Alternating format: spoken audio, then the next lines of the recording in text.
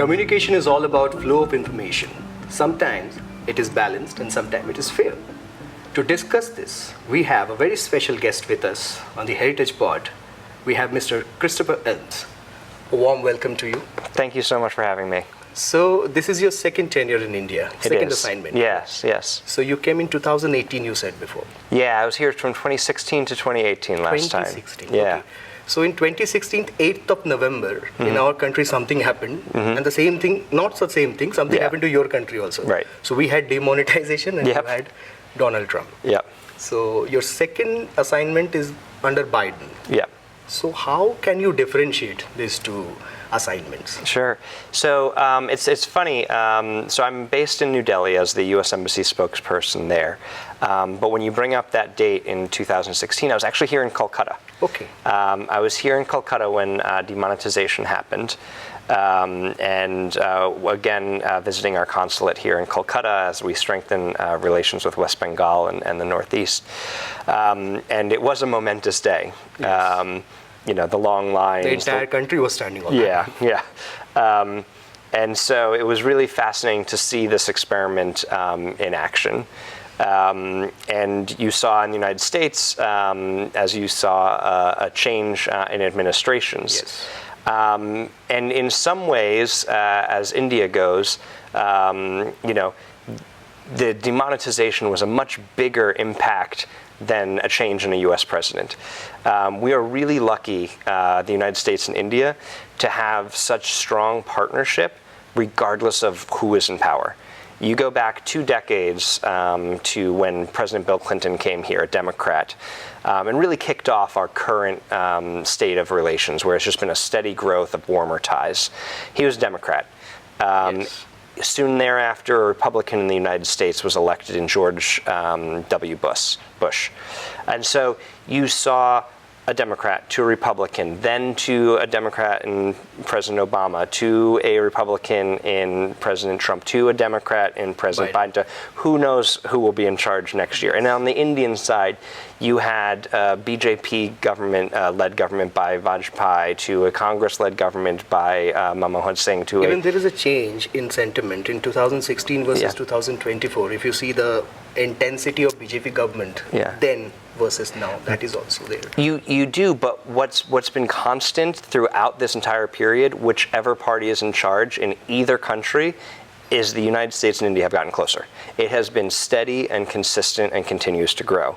And so you see that between our governments, where there is bipartisan consensus from both of the major parties in both countries.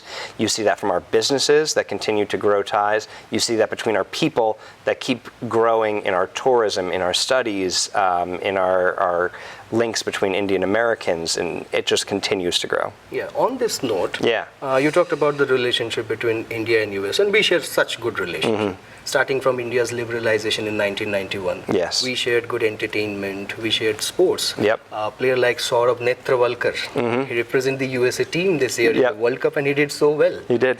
He played under 19 for India, but now he's got the wicket of Virat Kohli. So that is again very interesting. So we share a very good relationship, but right now, the entire world is sitting on a ticking time bomb, which is the climate change. And it's a big issue. And you are living in a city of India called Delhi, which is one of the biggest samples of this pollution and other climate change. So how the two countries will going to combat this particular issue in future? Yeah. This, I think, comes down to an effort at everyone at all levels. It comes down to what our governments are doing together, but what our people are doing. I see movement on an individual level here in India to pursue greener policies, to reduce consumption, to consume more sustainable clothing, food, things of that nature. But we also have a responsibility at the government level to help out as well.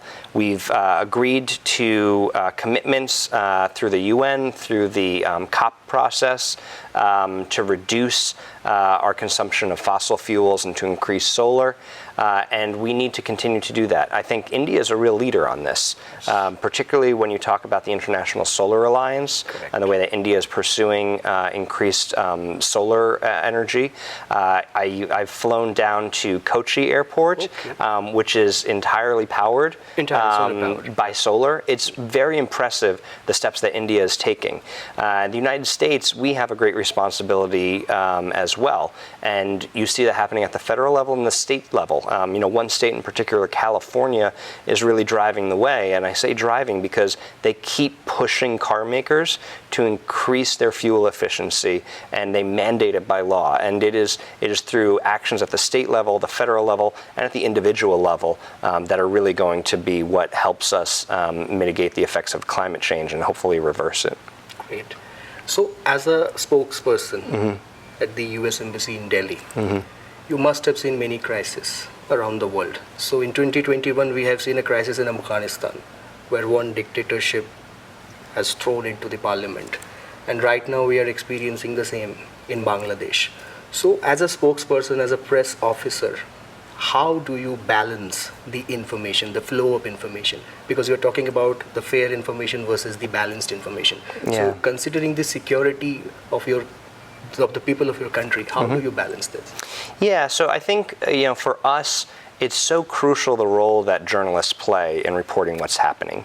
If you talk about Bangladesh next door and what's happening, you saw internet and cell phone blackouts, really difficult to get true information of what was happening on the ground.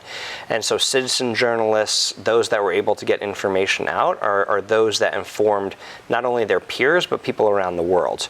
And so when we see a crisis happening, as a U.S. government official, in Washington, they're talking to our embassies. But we're also gathering our information from the news. We rely heavily on the journalists that are reporting there. Reporters were not allowed. In the last 2 weeks, no reporters were allowed to enter the country. Yeah. So no information whatsoever. But not no information whatsoever, right? Some journalists were getting information out. I know that journalists in Bangladesh have excellent links with folks here in Kolkata. That's what I and information is getting out. And people around the world rely on journalists being able to provide true, accurate information. You ask about fair and balanced. It's about providing fair and just coverage.